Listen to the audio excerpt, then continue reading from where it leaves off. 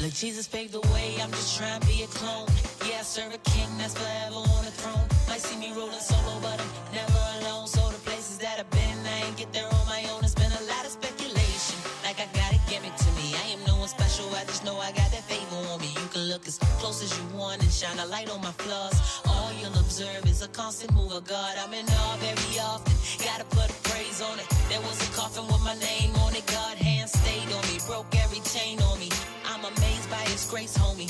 Redeemed. If you knew like I knew, you would serve him too. And kick off the old garment, start running towards the mark, the crown that won't tarnish. Keep clean, wipe you down, no shaman. I know you see the fall. That's the favor of God on me. That's a glory cloud going before me. That's grace and mercy following me. I know you see the fall, so turn your high beams off. That's the favor of God on me. That's a glory cloud going before me. Grace and mercy following me. Yeah, I sing glory, glory, glory. Got the favor of God on me. Treat my Bible like my cell phone, man. I always got it on me. I be quick to use the data, flipping through the pages, dancing just like David. Cause you only see me shining, you ain't see the tribulation. I used to be lost, down, bound. Now I'm a prisoner of praises. God's been so good, provider and protector, refuge in my shelter. Weather storms are raging like a hurricane or drier than a desert. Mountaintop or valley, you won't ever see me stressing. The enemy got tactics, but I be fighting back with worship, that's my weapon. You see the glow of Moses, cause I'm always in his presence. He a lamp to my feet, I'm a sheep in his pasture. His heart I'm after, completely captured by it all. Oh, that's mine? Yeah. Okay. This is mine, y'all. Welcome, family, to another edition of T. Leos Presents The Bridge.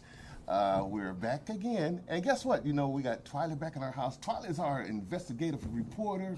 You know, so she got some stuff. And you know something now, I ain't gonna say her sidekick, but today's guest, we have Cheryl in the house. Shirley! And, you know, so now between these two, you know, they was out shaking some trees, and you should have seen the rotten tomatoes that came out them trees. Oh, God. And tomatoes don't even grow on trees. So, okay, but anyway, let me send a shout out to Francis. Happy birthday, Francis. Happy belated birthday, Francis. Yes, cousin. You know, I want to send a shout out to our gurus, Reggie, Ron, and Stan the man is working the wheels of steel today. So, you know, okay, they ain't wheels of steel, but they buttons of steel. Is that right? Okay. Okay. But, you know, I want to send a shout out to my man, Stan. Oh, also, to my boy, JD, I know where you be, Abstract Excellence. Okay. All right, in the house. Before we get started, And ladies. Teresa. Oh, and Teresa. Okay, see, it's her turn to shake the tree. Because, you know, it was still some tomatoes up there that Shirley and Twyla didn't shake off. So we had to send Teresa up there to finish the shaking and get them rotten tomatoes out the tree. Because, you know, so, Mercy. yeah, you know what I mean? Oh, wait a minute. I was going to say something else. Okay, you said Teresa. Who? I said else. You said say something else. I said else. She's been hanging around me too much because she knows something. She's chiming in on my jokes, and they're good. But anyway, anyway. Oh, I want to do a little quick editorial, and I'm gonna try to be calm about this. But this past weekend, I was watching Castile. What's his name? Philip Coleman. No. Who was that? Castile, the dude, the police shot. Philando Castillo. Philando? Okay. You know, they showed the video, and the dude said the cops pulled up to him. One cop was on one side, one cop was on the other side. He told the officer, I have a gun. He said, okay, the officer, don't take it out. Don't pull it out then. Don't pull it out then. And he said, I'm not going to pull it out. You could hear the audio. And he said, don't pull it out. So the girlfriend said, he's not pulling it out. He said, don't pull it out. Then he pulled his weapon and pow, pow, pow, pow, pow. 6 or 7 times, just bam, bam, bam, bam, bam, bam, bam. Now, if that wasn't enough, first and foremost, they got it on film. And they acquitted the officer that did the shooting. Yeah, They acquitted the officer. Now, with all this, we're at war, black people, so y'all better wake up, man. What, you gonna wake up when you're in change? Next to, I was gonna say that was gonna lead into what my lady's going to have to say. But anyway, the cop that was doing the shooting, you know, now if I'm the cop's partner and I see he's shooting, I'm gonna draw my weapon and see what's going on. You know, but the other cop, never drew his weapon. As a matter of fact, he could have jive skipped off. Yes. He damn near, I said it again, didn't I? Well, he damn near ran, because he was ready to haul tail, man, like he a cop. And of course, maybe he didn't hear the commands of his partner or whatnot, or he didn't know what the heck his partner was doing, but he was ready to haul ass. He left because he didn't want to be a witness to see the exact end when that man slumped over.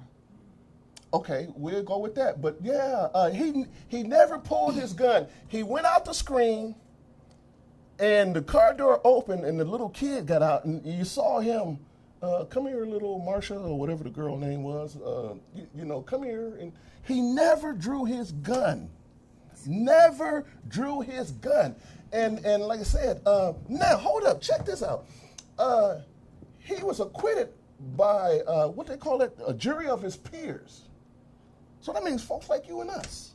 So they victimized this dude so much that a jury of his peers found this white hunky piece of trash innocent. We're at war, black folks, again. Now, my next thing is, hey, did y'all go to the circus Wednesday in, where was it? Tuesday. Tuesday. Was it Tuesday? Tuesday. The 19th. No, was it? No, when was it? Was it Wednesday? The circus? The We circus. went up. We went on the hill. That was. I'm not familiar with that one. Yeah, huh? We went. We went to the circus too? I went. Yeah, they disguised it. We saw Corey. We saw. Oh, you talking That was about that was the that was circus. Wednesday. Circus. That was Wednesday. Oh, That was Wednesday. I wasn't knew it? it was so You know, this traumatic time of that- year they're having a lot of circus, so I was trying to define. that's what Universal one. Circus. You talking about? Oh, this wasn't Universal Soul. No. Universal Circus. Who? What I say? You said Universal Soul. Okay. Universal Circus? Universal Circus. Universal Soul Circus. It wasn't that Universal. one. So it wasn't you guys, so you guys is cool. But it was a circus in We're town. helping them. And they were talking about reparations. It was On Juneteenth. On Juneteenth. It was, I call it a circus, and it was a circus. You know something? It was a smoke screen to act like they care, to act like they are about you, but it was staged. It was staged. And you know something, and then they got these, you know something, I'm gonna say it, and you know what you are, you house niggers. Niggers? No, you house-ers. So I cut off the other part, and that's the new one. Y'all-ers, y'all house-ers. Not house-ers, but house-ers, E-R-S. Okay. Because there's a bunch of them. Okay. They had some of them sitting up there, and you know, you ers, when they throw us in change, they throw in, yo, in change. You're gonna be right next to me, and then you'll be looking at them talking about, what I do? And you know what I'm gonna be doing? I'm gonna be trying to get you off of my chain. No, you're gonna be like Coleman Hughes. Coleman Hughes I running ain't gonna through. be like no dang on Coleman Hughes. Not you. I'm talking about person's spirit. Who? Other people. Well, never mind. Okay, I You ain't being can't- like no Coleman Hughes, because He you know can't something get now. Black authority. You know We'll get something? them. We'll get them. Black media, you know something, we need to get the word out to our folks, and black people, y'all need to wake the heck up. I'm serious, man. It's a war going on. It's being waged against you. And you know something, I was watching kind of stuff all day today, and this weekend, and I was trying to be calm, or trying to be calm now, because I don't want to, you know, but yet and still, you know, some old folks sold us out where we could be much more further along. And again, the circus was about reparations, and we had a show earlier concerning that, and you know something. And but see, this is just for a study. Yeah. So it's not that they're going to do nothing. It's just for a study. Should we waste taxpayers' money on a study? They're already doing Hell, it. y'all wasting money to send sun-kissed orange to play golf. Get it? Okay, anyway. Okay, that's enough for me. But anyway, I want to let you guys know about Bruce Gilmore. He had a show on the Vox Wave program, and he died on the 5th of this month. I want to let you know and let his family know that, we sending a shout out to the family. We want to let you guys know, and if you have some information, look, it's a $25,000 reward. And you know something? Let me tell y'all something about this snitching stuff. You know what I mean? Okay, if you do some shiggity in front of me and they got me incarcerated, they got you incarcerated. Because, hey, look, I ain't taking the fall for nobody. And so, you know something now, okay, it's the street code. Hold on, pause right there. It's a life. That's a matter of fact. It's a life. And what you need to do is you need to put your face in the spot of that victim and how your family would feel. Your daughter, your son, your mama, your daddy, your grandmom, your whomever that you care about. You would want everybody to talk, squeal, run, tell. You'd want that for anything. And I must say this. Any person who shoots an unarmed person, I don't care if you're a police officer or whatever, you're a coward. You're a coward. You're jive. Anybody who drive by, you weak. Man, get out You're the car. Coward. If you really want to be body like that, get out the car. Put these up. Say, come on, man. Right, be a man about it. Win or lose or draw, and keep it moving. Right. And don't come back saying, "Oh, I got to come back because I got beat." But we're on this different thing now. And I don't know what it is. With 4 or 5 for one. It's like the courage bus left the scene or something. Everybody think that they're hard because you carry a piece of steel. That piece of steel was made by somebody who doesn't even like you, doesn't even care about you, who wants you to annihilate yourself. They want you to do that. So they are feeding you, and you know something. I was going to say something about the mentally challenged, and first let me tell the mentally challenged, and somebody explained it to them, but anyway, the mentally challenged is these folks that's doing the stuff, and this is nothing against the mentally challenged. I'm talking about the mentally retarded that's out there doing crazy you know what I mean? That can't see this mess going on. I'm trying so hard not to cuss. Well, we're going to help you out. Let's switch gears. But anyway, okay. Oh, we're going to switch gears. Okay, I'm going to turn it over back to Twyla and Shirley, and they're going to explain to you. You getting look, challenged. Bring it down. Look, I'm not mentally challenged, because I know what's going on. And something, they cannot pull that on me, and I'm not going to go against another black man to appease a white man that's paying you not even peanuts. You getting the shell. So if you eating the shell, you got to be mentally deficient. No. Yeah, that means you lacking something. Yeah, you lacking a brain. But anyway, okay, I digress. But anyway, that's guys, what we saw on the panel. Yeah. Please and thank you. That's what we saw on the panel. Yeah, exactly. What time did you get there that morning? Tell what time you got there. Got there about 6 o'clock a.m. And I got there 7:20, 7:30, something like that. Yeah. Ladies, explain the fiasco that y'all witnessed. Well, dang. Matter of fact, y'all both can speak at the same time. I don't, get. H.R. 40 is a bill proposition to try to study the need for the United States of America to pay reparations to those who are our ancestral slave descendants, if you have relatives that were enslaved in this country in some capacity during this 1619. And I say before 1619, so people don't listen. They had Spanish colonies back in the 1500s down in Florida. So from that point on, that's when the Africans first landed here enslaved. Or not just Africans, but people that look like me, walk like me, talk like me, not the language, were enslaved by those Spaniards.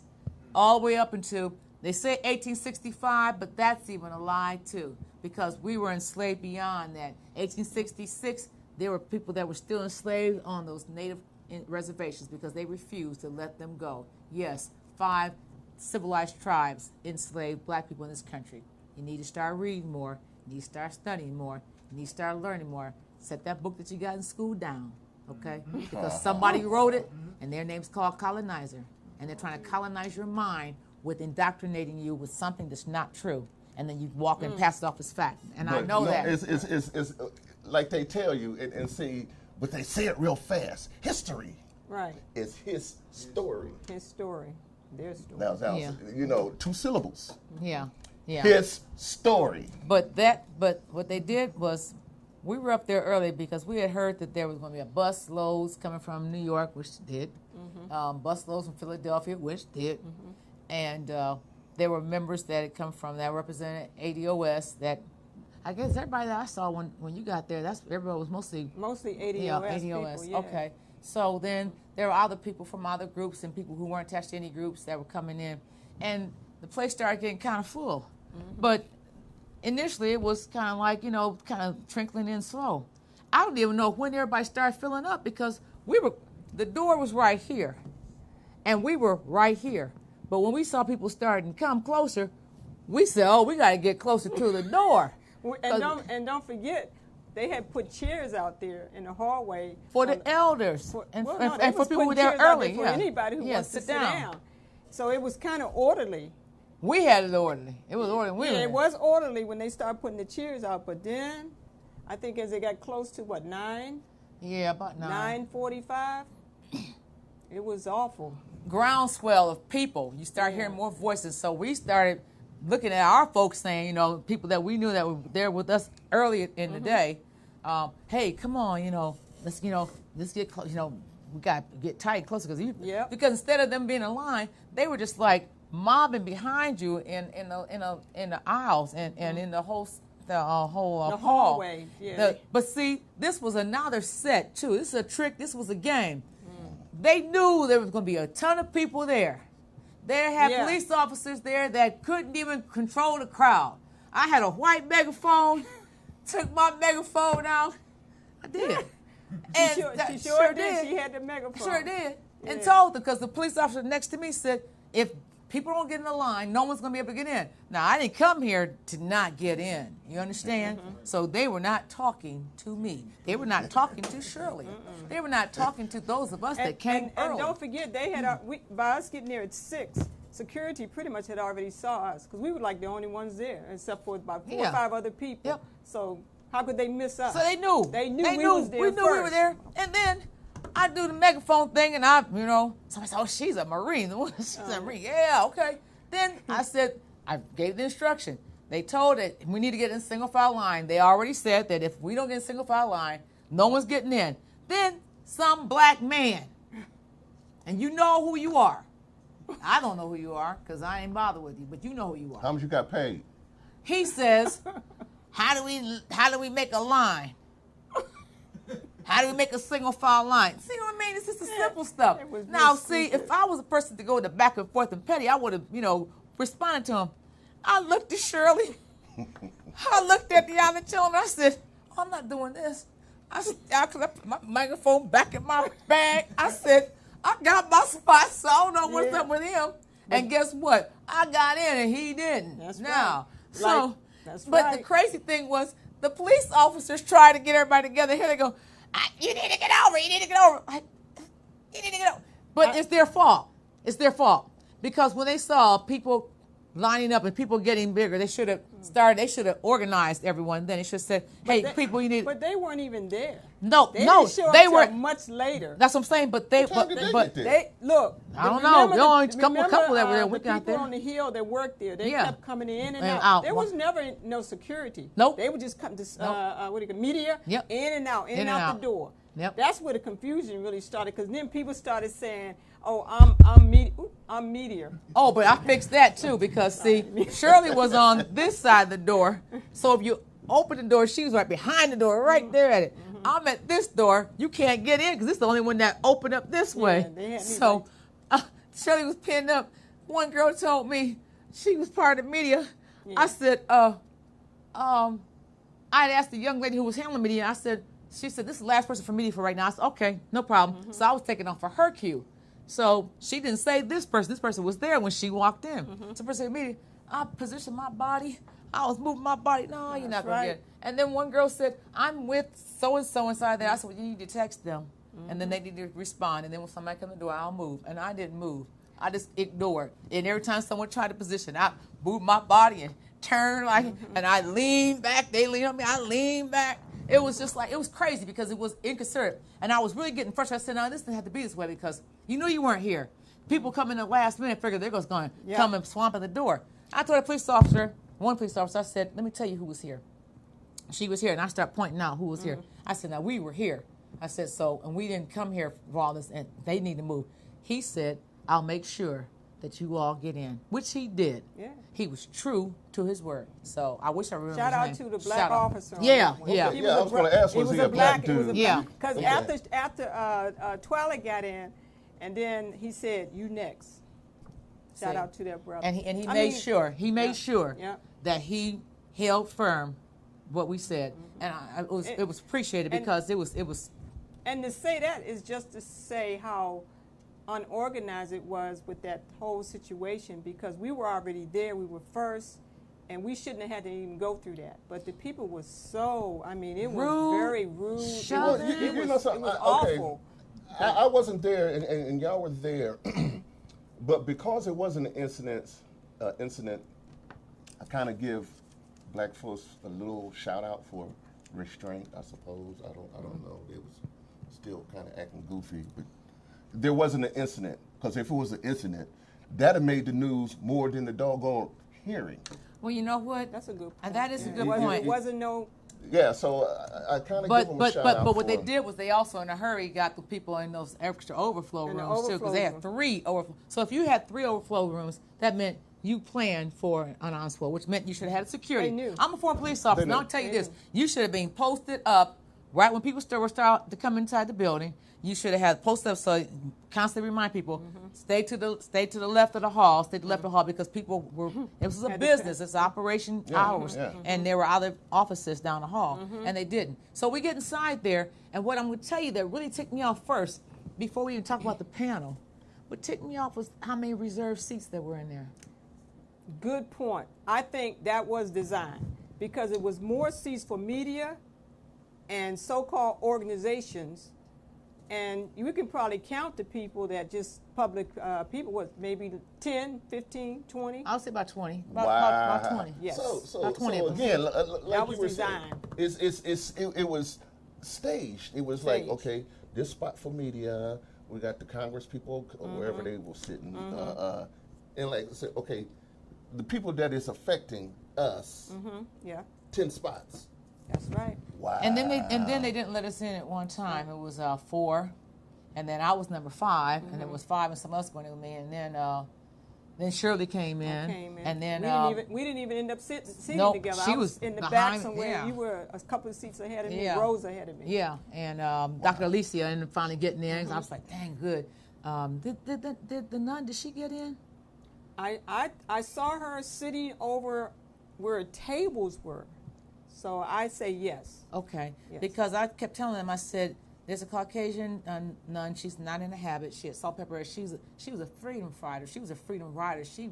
When she heard King in the early 60s, she was convicted then. And she'd been rolling with Dr. King and with the Civil Rights Movement since 65, gone to jail and the whole 9 yards. So because I didn't know who she was the first time, we're kind of looking when new people come, we're kind of like, we need to see who this is over here. Let me cut you off. That's interesting. Go ahead. Ask y'all this. Now, with the various organizations that we're familiar with, I didn't watch the whole thing because, and I'm glad I didn't because it was a bunch of garbage. But the various organizations, the so-called, anybody speak from the Black Caucus, No. the various organizations, NAACP, No. the organizations that you may know, the organizations that you may know, that any of those people, they had a WAGIT, and use your imagination, an ex-football player, Lethal Weapon 4, and who else? Corey did his 2-minute. And the lawyer, that lawyer, he was the lawyer on the end. He was the last one. Oh, the Coates. white guy. The white guy. Oh, he Oh, was, the white he was dude. from he was actually from the Caribbean. Oh, Caribbeans. Okay. Yeah, okay. he's from. Oh, yeah, Coates. Coates, is that who he was? He had a pretty decent thing, but Corey, Malvo. he did his 2 minute, Oh, you know, Malvo. my And 2 Brown. minute intermission, my Negro Brown. intermission for 2 minutes. Let me be a Negro for two minutes. Black folks, we need reparations, and yeah, I'm appalled. Okay, I'm gonna turn back black again. I mean, Listen, my 2 minutes of earnings. he you know what? It was just it was a waste of time. Yeah. In far as when you talk about results, real results, it was a waste of time because the people who should have been there to have spoken weren't there. The one thing they didn't have Dr. Sandy Darity. They should have had him there. They should have had Dr. Claude Anderson, which he was the first. He was the person who wrote the first. What do you call it? Affirmative action plan in America. Wow. So, yeah, they should have had Attorney Joa there, because Attorney Joa had been on a panel years ago. I seen talk about reparations. In Rochester, University of Rochester, there was a panel I went to see back in like 2002 for the case for reparations. Mm-hmm. None of those people were there. They should have had mental practitioners. They should have had psychiatrists, psychologists, sociologists, economists, historians, educators. They should have went the gamut so you can see the whole stain of the whole cost of this inflicted atrocity that you did. You kidnapped people, or you purchased people, or you enslaved people, like the Haitians that were here. 1775, there were about 100 Haitians that volunteered to come help these Jive people on this shore fight in the Revolutionary War. They were freed black men, landowners. The fight was called the Siege of Savannah, down in Savannah, Georgia. Now, they didn't win that battle. It wasn't their fault. But because they were still a colony of France, the French wouldn't allow these men to return back home. So they were sent to France, to the Grenadines, parts of the island, to Grenada, and some of them ended up having to stay here in Charleston, South Carolina, and became slaves. So you didn't have anyone from that part of the world who might have been related to one of those men that ended up getting trapped here trying to help this country. You didn't have anyone talking about a long-term effect, the psychological, social, mental, physical anguish that the slavery incurred or impressed upon us after the quote-unquote emancipation, which really didn't emancipate us. It was a proclamation, but I don't know what it emancipated, because it didn't free us. It wasn't for our inclusion. No. And what Lincoln wanted, he said, yeah, we'll free them, but this is what Lincoln wanted. Lincoln wanted to send you back out of this country. He said, you can be free, but we don't want you here. We'll pay you $100 to go to Haiti and $100 to go to Africa. That was a bad idea, considering what we had to go through to stay. Well, here's but here's the deal. my boat ticket, man? But what are you going to do when you... But see, if you gave me $100 and I might have been the second generation of my family that was born on this shore. Oh, well, okay. I don't have a relationship to anyone in Haiti. I don't have the language anymore, so I don't speak whatever language that was spoken at that time was French. I don't have any relationship to anyone or any country in Africa. I don't know where in Africa I would go. Who do I belong to? Am I African? Am I more? I don't. You just be sending someone somewhere that they don't know. So of course, most of them didn't take it up on offer, because. Go where? But then they had that field order, that special field order number 15. People stop saying that we were promised 40 acres of milk, because that's a lie. From the pits of hell, it's a lie. Oh, it's and a lie. It's a lie. It's a lie. Weekend they too. kept quoting King. Everybody's quoting King. And you know what they were doing? They were quoting King, 63 King. They were quoting Martin Luther King quotes. Who's doing this? You know, everybody on the panel kept made a quote about, and Martin Luther King said, on the panel now. Okay. And even though those that were supposed to be the witnesses, everyone's quoting King, 63 King. You didn't quote 65 King, because 65 King didn't get invited back to the White House anymore. 65 King ticked off Lyndon Baines Johnson so bad he never allowed him back in the White House ever again. 66 King was on some different stuff, and 67 King said, "Where's the check?" And that's what got 68 King And 68 killed. King said, They said, no, enough. But you is didn't bring enough. them quotes. Yeah. You didn't bring them good quotes. Yeah, You didn't bring yeah, them quotes. yeah, We always yeah. want to get Well, content of the character. I just want to say too, also, what I felt about that hearing. One thing that it did, I think, is that it incited a lot of people to come out. And I didn't think that the people on the Hill expected that many people to show up. And Very good. I think that what has happened, which was last week at the hearing, for the people that showed up and the people who, it was live streamed, by the way, everybody can go and pull it up on live stream, that people now, particularly black people, we need to start to understand politics, you know, because that was like an education for us, for the ones who've never been on the Hill, who's never sat at a hearing.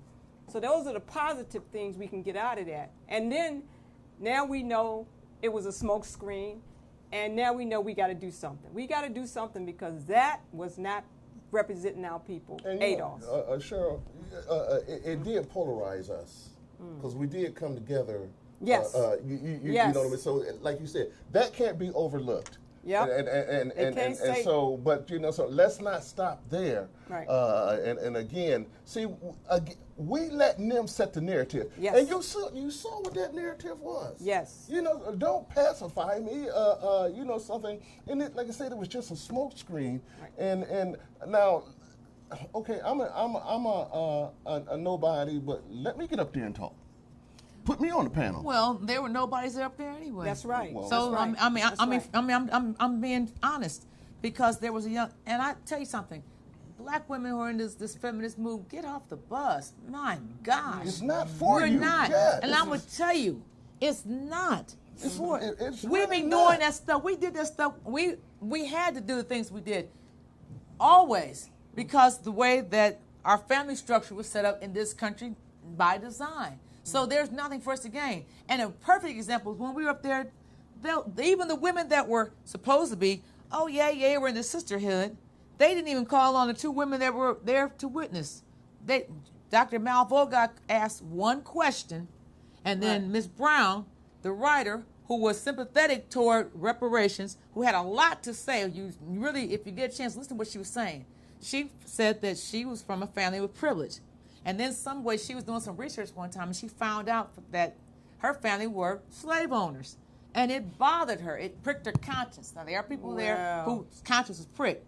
Her conscience was pricked. And so she made it her life journey to do everything to help restore black folks. Now, we are black folks that don't try to restore black folks. But this woman had this to say, and what they did was they snuffed her. So they didn't want to hear what she had to say. They didn't want to hear what Dr. Malveaux had to say. So they were asking questions back and forth around. They asked the preacher the question, Danny Glover. They went to Ta-Nehisi. They went back to that knucklehead jerk Coleman Hughes, that pukey 23-year-old child who doesn't know that his nose still runs. He needs the Kleenex. That child.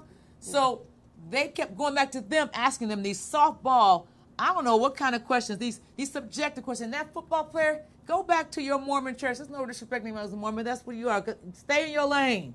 Stay in your lane. You don't know anything about, well, you know, if we just try. My dad always said, try. I don't want to hear what your daddy said.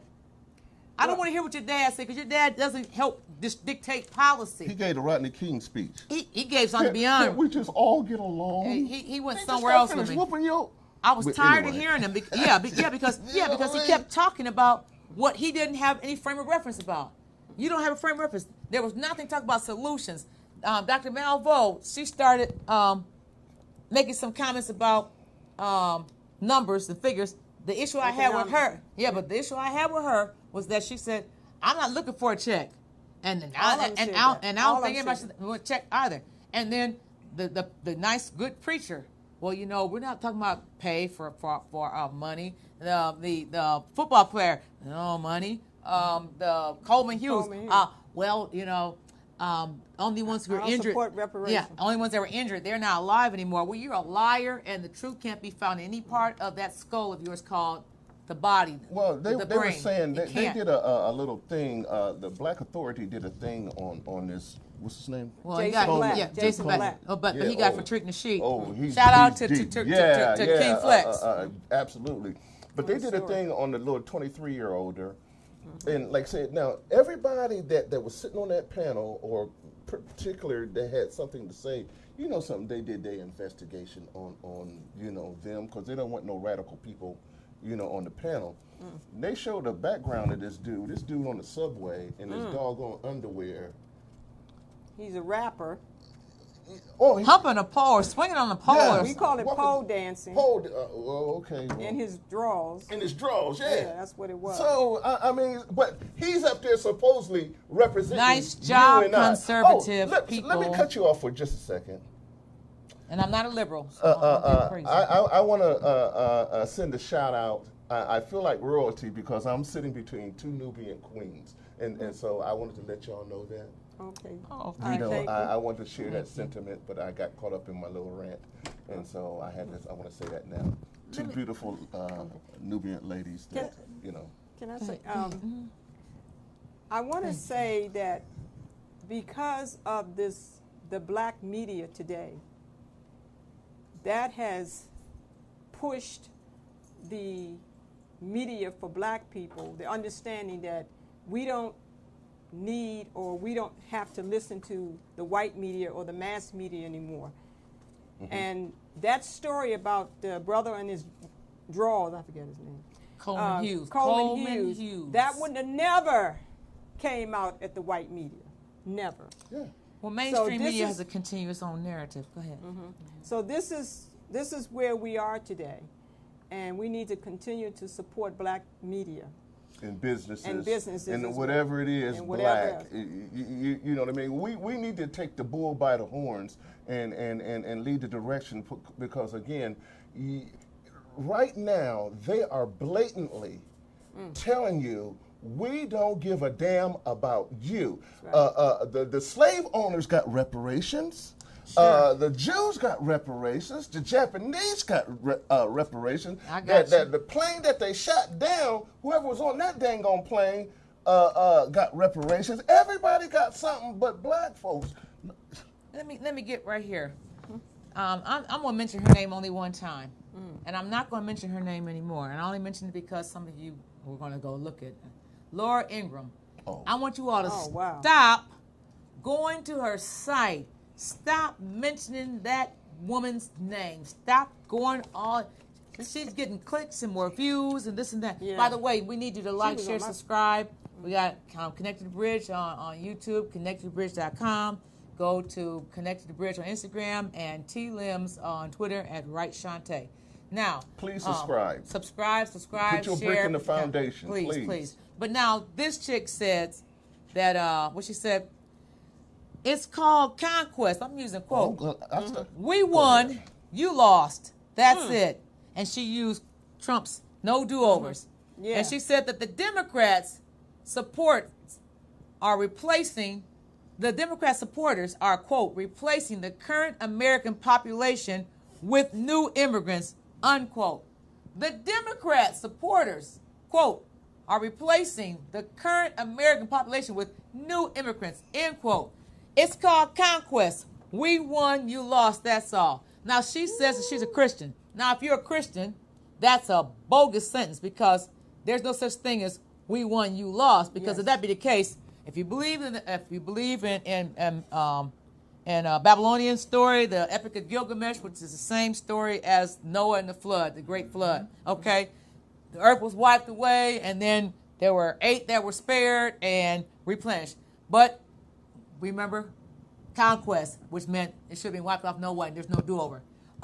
When you had the tribes that were inside the desert, wandering around for 40 years, waiting for everybody to die, that wouldn't have been a do-over. Because everybody could have died out and that'd be none. No generations passing on. So this thing called a conquest is bogus. This is just a Eurocentric excuse to make that you don't want to pay. But I'm going to tell you about this.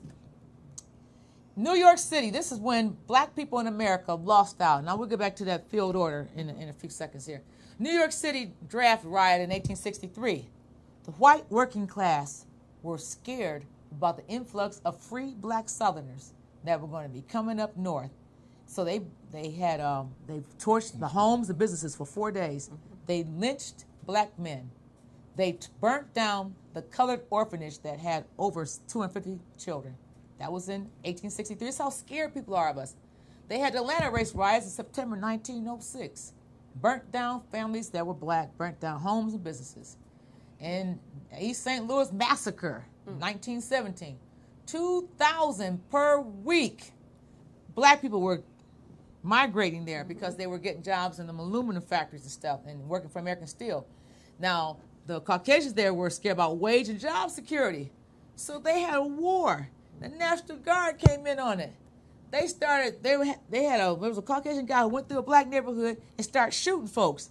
So then the black cats saw this car that they thought was that car that was coming back through, and they shot these 2 dudes that were in the car. Come to find out, those 2 guys were actually police officers. So that jumped off, and so, okay, so they were fighting back and forth, so it was like a big mess. But it ended up leaving over 6,000 black folks homeless, okay? So then you turn around, Red Summer.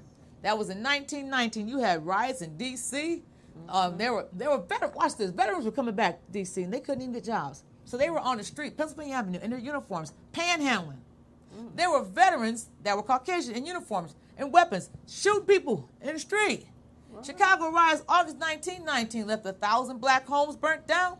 There was a riot in Knoxville, Tennessee, also in August 1919. Took the Tennessee National Guard and black business snipers. Black folks were snipers. They broke in some place and found some weapons, so they were tagging, waxing, and tacking. But until they brought the National Guard in, they were doing their thing. But what happened was that they took the bodies of those that they killed and they dumped them in the Tennessee River. And then the rest of them they took and buried them in a mass grave outside the city. Then you turn around after then, you had Rosewood in 1923 where they burnt the whole city down and lynched the men that were there. And then, of course, before then, a couple years before then, you had Tulsa, and that was from the 31st of May to 1 June. They dropped the bomb. They dropped the bomb. And you already know the song by the Gap Band. You dropped the bomb on us. They dropped the bomb. Yeah. And that's urban terrorism. And so what I'm going to say is this, and this is ambitious. People better be careful in the climate that we're living in right now. Because there's a lot of people out here that are veterans who took a sworn or took an affirmation to defend this country against terrorists, foreign and domestic. Right. That bomb and all these acts were acts of terrorism. And people who are desperate do desperate things. And I'm not inflaming anything. I'm not inciting anything. I'm just sounding the alarm that people better see and wake up and see what's really going on. And you better be careful because I can't expect things to continue going the way they're going and something not going to jump off. I'm in expectation of something because it's like that tea kettle on the stove. You know, after it gets boils to a certain, up, and then when it gets to a point, it starts to whistle. Yeah. Now, y'all better hear the whistle. That's what jumped off in L.A. because it was so much going on in L.A. And then when they acquitted them officers, L.A. exploded. You know what I mean? So now I want to say this right quick too to the so-called Christians out there on the Hill. Now, and they see this stuff going on. And now, according to your Christianity, the Bible says the enemy or the devil comes to what? Steal, kill, and destroy.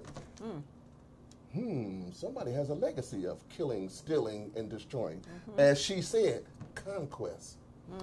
How about that one? She talks about how we shouldn't get paid, but let me run some quick numbers and then I'm going to turn it back over to you all.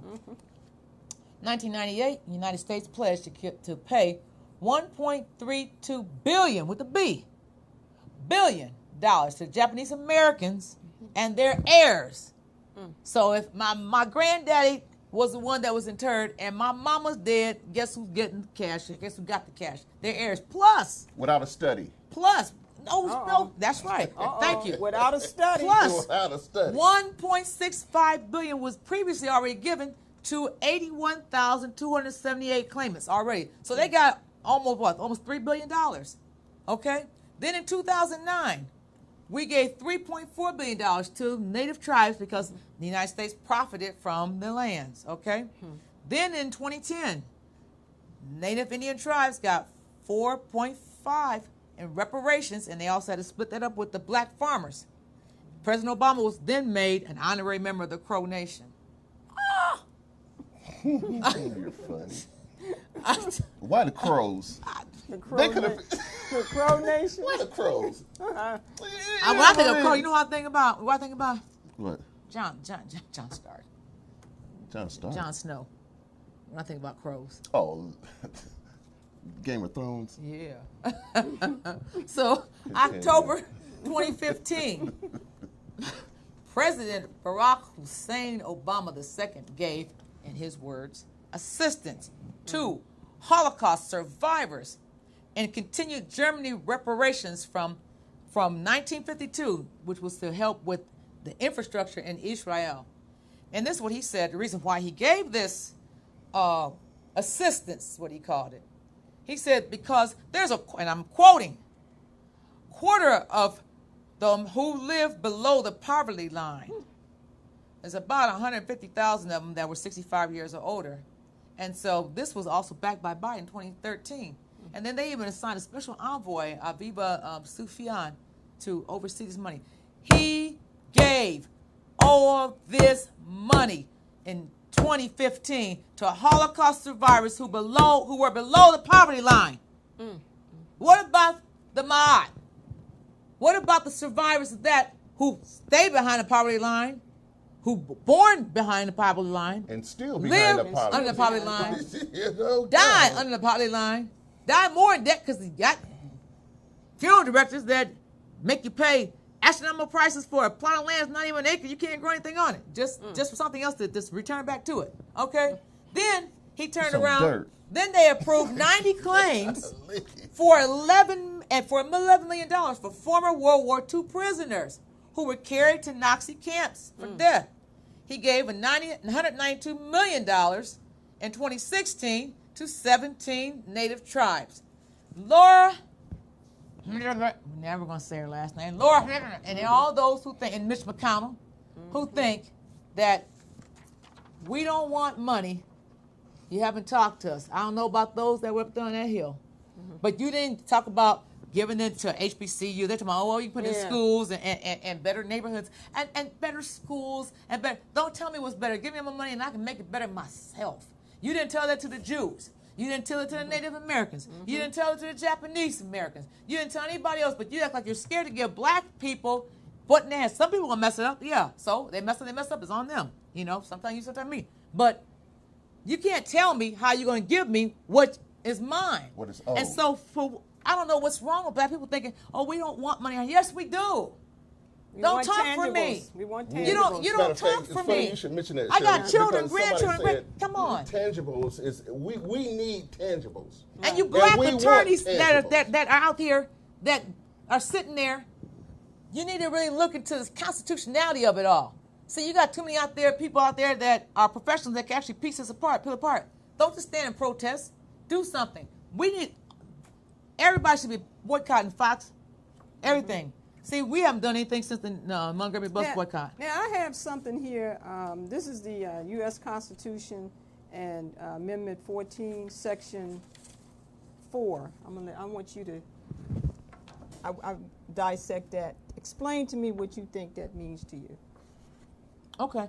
The validity of the public debt of the United States, authorized by law, including debts incurred for payment of pensions and bounties for services in suppressing insurrection or rebellion, should not be questioned. Go ahead. But that's talking about the validity of the debt for pensions and bounties and services in suppressing insurrection or rebellion. So that's meaning people who are trying to do an uprising to the country. Okay. Go ahead. But neither the United States nor any state shall assume or pay any debt or obligation incurred in aid of insurrection or rebellion against the United States, or any claim for the loss of emancipation of any slave. But all such debts, obligations, and claims shall be held illegal and void. But this... Now, explain. Now, did you... Go ahead. Go ahead.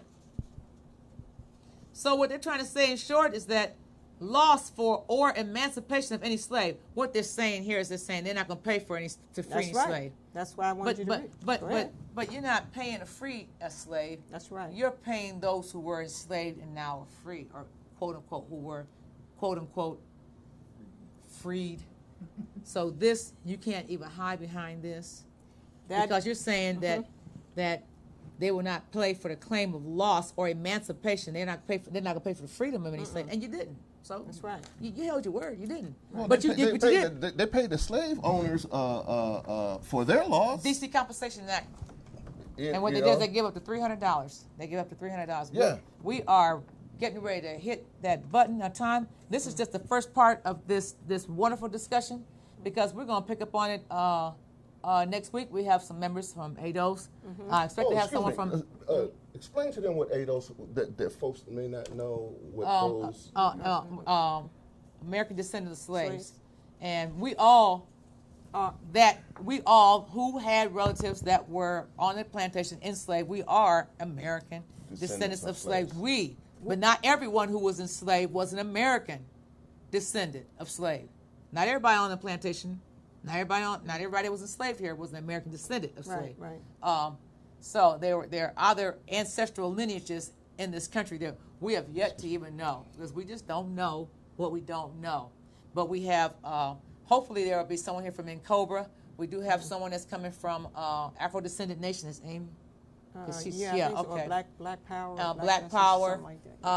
ADOS. We'll have ADOS. Looking for a person to come from the new Black Panther Party. Okay. Can I say something? Sure. I think there's a big confusion going on, and with this identity with black people, we're talking about the American descendants of slaves. We're talking about black Native Americans. We're talking about indigenous people, aboriginals. I had one sister say aborigines.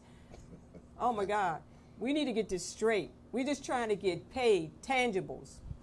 Yeah. This makes a very good point. And see, the individuals that we're going to have here next week, they come from different perspectives. But we're not going to be here. This chess show is not going to be a show about arguing about what you agree, disagree with, because that's not where we're here. We're not here to tear anybody down. We're here to uplift each other. We need to come together at the table. What we're going to talk about is what we saw this past week, what we didn't see, what we should have seen, and where we need to do in our individual circles, and how we need to come back together as a united front. There are some people that say we should be on a more Pan-African approach. There are some that say we should be solely for this particular group. The bottom line is this: we need to come together to one common goal, and that is to be reimbursed for unpaid labor in this country. Whichever one is your faction, we need to be agreeable on that, and we want money. We don't want you to say, we're going to give you, don't give me nothing, give me my money. Like James Brown said, open up the door. I'll do it myself. See, so that's the whole thing. Now 30 seconds. You got, oh, I do? Yeah, you got 30 seconds to say something. Then I'm 36. Okay. I wanted to say this. We need 248 votes for this study to be pushed to the Senate House. I believe that's the next step. And the thing is that everybody should go on the computer, wherever they need to go for internet or whatever, and contact their Congress people. By Wednesday is a deadline, because they talked about the markup, and I think it was 5 days, and we need to be flooding all of the people on the Hill about our understanding of the smoke screen that happened the other day. Yeah. Now, going off what Cheryl said, we need to do this, and we need to do it now. Yes. You can do it from the comfort of your home. If you can hop on a bus or a plane or whatever the heck you had to do to get here, turn on your computer. Let Facebook go for a couple minutes or something. Call your senator, call your Congress people, call your representative in your area. And the question you should ask, what's the purpose of slavery? And let them know that they do not speak for you, you speak for yourself. Absolutely. Yes. And she said markup. I want to clarify what the term markup means. A markup means what we saw, this facade that we saw was a hearing to determine whether they should actually think about the study. Then after they do that, what happens is that this is the procedure part that we need to understand. See, we need to know the technical parts of what's going on. It's not enough to say what we saw. Okay, so what they do is, what happens is that something is introduced, and then they do a study by saying a markup means then we go in a committee, and then we debate whether we're going to amend this, approve this, or disapprove this. And if we have come to a consensus that we approve it, then we bring it to the whole House, the House of Representatives, and then it's on the floor, and then they can vote to pass or not pass. Usually what they do is they attach extra things called riders. This is how other issues get attached to bills, and it gets sent to the Senate. And it has to be approved by the House of Representatives. Then it goes over to the Senate. But this is what happened. This also could happen. The people that are on this committee could argue and hash all day long, and then decide not to go any further with it, and then it's dead in the water. So then it never gets to so there's no markup on it. So that means it never gets to the whole House of Representatives to even be brought to the floor. So that's why it's important, Church, about these calls, because you want to make them know, yes, you need to come to an agreement that, yes, this needs to go and be marked up so they can be presented to the House. That's just to get the conversation about the conversation, which I'm tired of talking about this conversation, but I want some money walking with this conversation. So that's the whole thing. So next week we're going to have some really hot button conversation here. I want to let everyone know that yesterday we went to Power Talk. Oh, before I finish on that, the Special Election News Conference, Reparations and the 2020 Elections, that's going to be at the National Press Club, which is at 529 14th Street Northwest, Washington, D.C. It's Monday, the 1st of July from 1 to 3. You're going to have all kinds of guests there. Like I said, it's at the National Press Club. You can go on their website, or you can go info@black-empowerment.com. That's www.black-empowerment.com. And you can find out more information, or you can call 202-875-9623. That's 202-875-9623. As reparations and the 2020 election. We went to the Power Talk. Those books too. Yeah, we went to the Power Talk yesterday. Power Talk, Carl Nelson hosted it. Our wonderful esteemed colleague and Baba Jim Klingman was a recipient of the Francis Cress Wilson Award, deservedly so. Keep him up in your prayers as he is dealing with a medical condition that renders him unable to travel. So shout out to Dr. Jim Klingman. If you don't know him, look at Blackonomics. You can find information about him. He used to be an NNPA columnist in black newspapers all across the country, and they had a lot to say. We support Sweet Unity Farms Coffee. Sweet Unity Farms Coffee is a collective that is in Tanzania. It's the only all-black-owned collective of coffee in the world. David Robinson, who's the youngest son of great Jackie Robinson, is like the administrator of this collective. There are many families, his family, many other families. So if you want coffee, good coffee, go to sweetunityfarmscoffee.com. Black-owned, black-run. Your black brother. The African Diaspora Ancestral Commemoration. They gave the celebration for the ancestral ceremony yesterday. If you want more information about them, you can contact them at 202-505-2896. That's 202-505-2896. They're at Facebook at ADACI Ancestors. And they're at Facebook at that. You can find that it's a founding member of the International Coalition to commemorate the African ancestors of the Middle Passage. Wonderful women we met there yesterday. Imagination Press had several books that were there. If you want to get them, go to imaginationpressonline.com. My grandma's HIV positive. We had their author here once before, Miriam Whitehead Bryce. Phenomenal book. It's a good read for your young children. God's School of Math, Melissa Simmons. Wonderful book. Great read. We have a whole list of books called From Our Friends in Africa. Some of the titles are Mensa, The Boy Who Lives Beyond the Sea, Anatu and Her Lucky Braids, Musa and the Goat Herder, Kofi, the Farmer's Son, The Master Drummer, Anansi Goes to the City, Azua and the Lion Who Couldn't Swim, Cujo and the Crazy Tortoise, Cujo and the Hungry Caterpillar, Cujo and the Fast Brown Rabbit, Cujo and the Bumblebee, Cujo and the Wicked Crow, Personal Hygiene, and Sir Wild and the Rude Parrot. Those books are available on Imagination Press Online.com. 2 young black men I met yesterday. They were phenomenal. This young man wrote a book. His name is Marcus. The name of the book's called I Am Who I Am. It's an easy read. It's only $5. It's a wonderful book. You can contact him at www.learnanddo publishing. That's learn and do publishing.com. Marcus Hanley. He was there with his daughters. He brought them yesterday. Great book, easy read. This book was by Brother Al. Brother Al that's a telephone number. Okay, I'm glad. I know where I put it. He said this book is dedicated to his mom, Kylene Graham. Thank you for your knowledge and support. This book is a book about a young boy named Wayne who had a dream. Oh, Wayne. Wayne was talking about what would be happening if the African inventors had never been on the face of this earth. And so he has a dream. He wakes up, and then he discovers the refrigerator's not here. The lawnmower's not here. All these things that would never have ever come into being if African inventors had never been born on this earth. Colorful, easy read. Contact him, Alfred Graham. Go to Alfred Graham's website. Let me get it for you real quick. Alfred Graham's website is 4960publishing.com. 4960publishing.com. And my friend, Dr. Bruce Willis, wrote the Dinkruff Dictionary. This is a phenomenal read. I'm telling you, I had a copy. I gave it to someone, and I got another one yesterday. He's a solid man. Make you laugh, but I'll tell you what. The dictionary? It's on point. Yes, indeed. Okay. Sean? Okay, another young author that we have is called... her name is Dr. Sylvia Crudup. Her name is Dr. Sylvia Crudup? Crudup. For Black Men Only. Now, this is a good dynamic book, and it helps men be men. Golly, it's just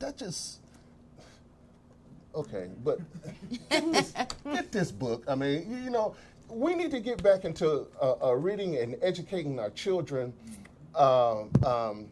It's a book about us where you can look through the pages. Let me see if I see little white Tommy in here anywhere. Nope, no little white Tommy. Here's another book. Let's Take Back Black Love. Let's see is little Tommy in here or a little white Susie. Nope, no white Tommy or no white Susie. But this is by Dr. Same person. Mm-hmm. Okay, yes. We need to, so these are bedtime stories that you can read your children. And it gives them a sense of belonging, a sense of being. No little white Tommy or little white Susie. And of course, Dr. Claus, Black Labor, White Wealth, dynamic book by a dynamic artist. And Dr. Claus be going around all over the country, the world actually, teaching about the concept of black labor, white wealth, to get you educated, to let you know that, something, you are somebody and you are required, you are owed. Mm-hmm. You know what I mean? Stop letting them set the narrative. Just like we were saying earlier, Cheryl was saying black folks, Negroids, or now we the. She was talking about the different names. Tribes. The different. Different tribes. Tribes or whatever. Yeah. These books. There are books out there that tell you who you are. Okay, I'm getting a little long-winded. Yeah. But get these books. I mean, they're for you. They're for your children. Like I say, you ain't gonna see little white Tommy or little white Susie. So you can look in there and see a black face. Say, hey, that look like Bobo down the street. But anyway, last thing, electricity. That's Brother Jawara at HarambeRadio.com. You got to check him out, Harambe Radio. He is the truth. Shout out to Don T, who came all the way from Richmond, Virginia, with the Zato shirt on.